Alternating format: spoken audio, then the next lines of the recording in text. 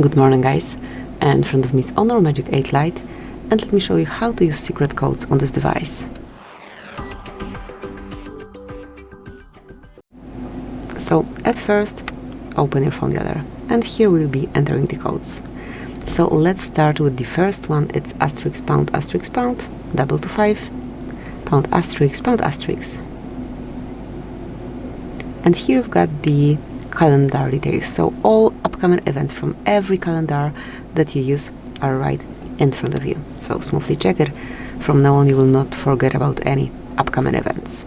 Then another code that you can use is asterisk pound 4 to 6, pound asterisk. And here we've got FCM diagnostic panel where you can check events and status.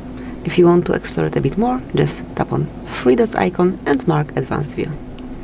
So that's it. Let me go back.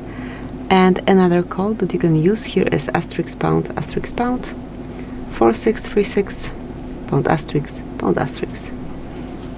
Okay, so actually in this one it is not working, but you will be able to open test mode performed by Google on your device by entering this code.